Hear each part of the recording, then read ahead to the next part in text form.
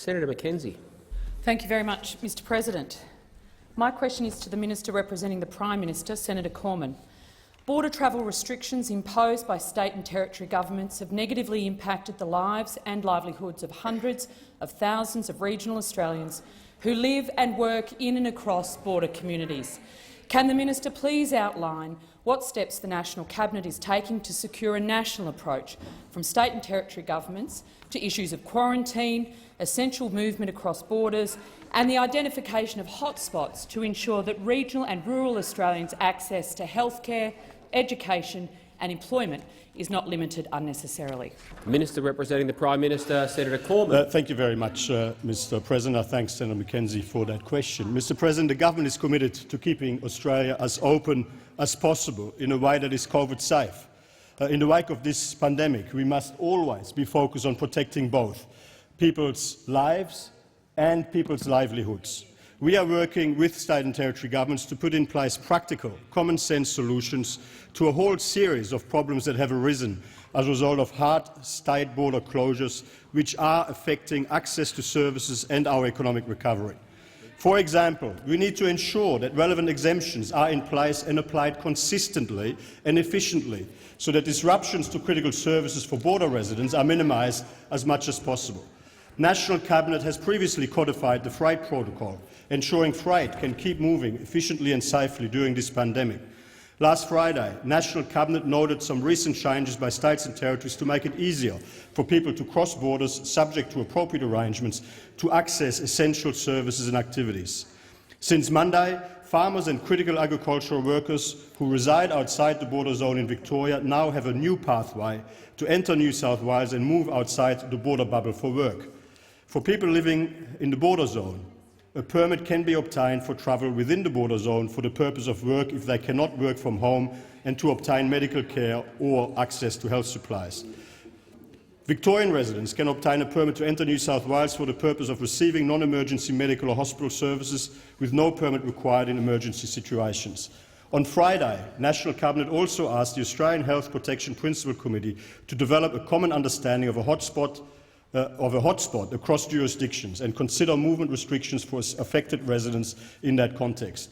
This further work will provide people who are living in those areas, particularly in rural and regional border communities, with clear guidance on where and when they can access health and other services, or where restrictions may mean they have to find alternative arrangements. Time has expired. Senator Mackenzie, a supplementary question. Thank you. The Victorian Labor government has imposed strict restrictions on regions not impacted by COVID-19 and just announced that these may continue for a further 12 months, whilst failing to stop Melburnians heading out to the regions. Can the Minister please advise what impact preemptive border restrictions may have on health and education access, employment and people in need of compassionate consideration? Senator Cormann. Thank you very much, Mr President. We have seen widely reported examples of hardship for residents in rural and regional border communities. Such impacts should, of course, be minimised wherever possible, and they can be minimised in a way that is COVID-safe. Throughout this pandemic, when it comes to restrictions on people's freedoms, we have been guided by the medical advice. Decisions on border restrictions must continue to be informed by public health advice. Ultimately, these are matters for the states and territories. However, it is up to the states and territories to set out clearly the medical advice informing their decisions and to ensure that there is a genuine public health upside in return for the restrictions and costs imposed on individual Australians and on our communities, in particular rural and regional communities across Australia. There is no rulebook on how best to deal with this crisis, but it is critical that decisions are made on the basis of advice from the medical experts and not based on political considerations. Indeed, that is why the National Cabinet has asked the Australian Health Protection Principal Committee to develop a consistent approach to hotspot management and the needs of border residents. Expired. Senator Watt. Senator Watt. Senator Mackenzie, a final supplementary question. Thank you, Mr President. Border restrictions are severely impacting our agricultural industry and food supply chains due to creating significant workforce limitations.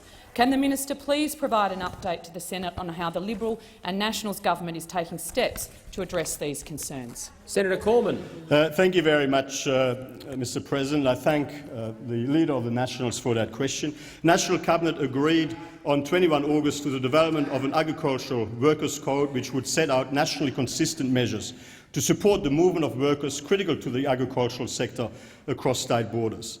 The Code would help to support individuals and occupations that help ensure the continuity of the agricultural sector. Without these workers, agriculture in Australia comes to a halt, with all of the consequences of that, including for people in the city. Very important for all of us to remember.